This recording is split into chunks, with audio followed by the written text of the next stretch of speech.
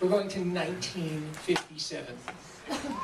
This was originally done as a pilot that Ed Wood had imagined as the first episode of a series. The name of the series in his mind was Portraits in Terror, and you're going to see that there. And the name of the episode we're seeing tonight is called Final Curtain, which was the pilot. So Ed gives himself a credit for the series and for the pilot. He gives himself credit for both of those. And this show, what is also interesting is he came up with this 2 years before the Twilight Zone actually appeared on CBS. So the idea of a black and white spooky show was something Ed thought of before. Well, my uncle, great uncle, was Paul Marco, who played Kelton the Cop in Plan 9, Night of the Ghouls, Bride of the Monster. And he was a lifelong, friend of Ed Wood throughout his life until Ed Wood passed away in 1978, I believe. And my uncle would tell me about this lost pilot, Final Curtain, and he would tell me about how it was a great undiscovered piece of Ed Wood work, and that it needed to be shown, and he would tell me about it.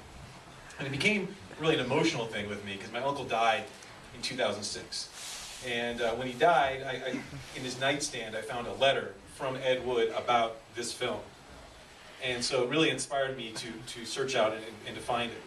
So after a couple of years of looking around, asking questions, going to plenty of monster memorabilia shows, and meeting with a couple people who potentially I heard might have a copy of it.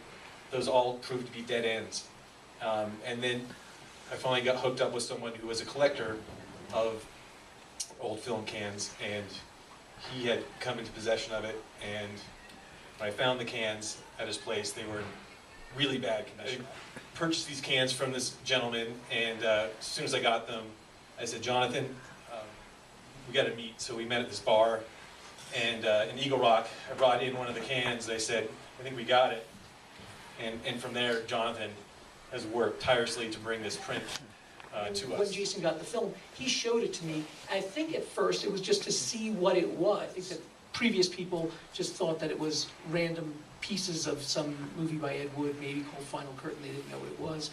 And so that was sort of a big discovery. I did not edit any of the scenes in any way. The pacing is 100% intact as it was. That Bela Lugosi was originally slated to star in this pick.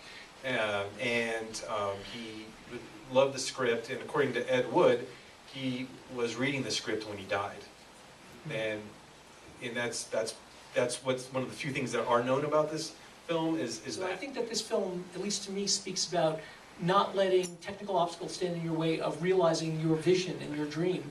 And I think that's why it sort of fits in well with what Slamdance is all about. This movie looks like this, and so none of the scenes have been corrected in any way.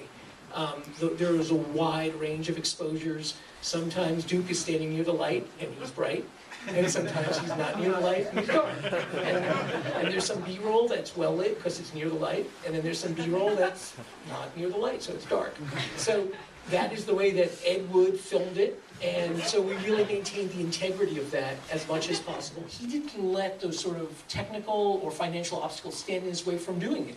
And he was able to get people motivated and excited and to show up, and he got this location, and he said, we're going to make a pilot today, and they made a TV. Well, this is the very first time it's ever been exhibited to the public, so we were very excited about this and to see your reaction and passion for this. Again, we really appreciate all this. And my persistence in finding this film, because I knew it existed.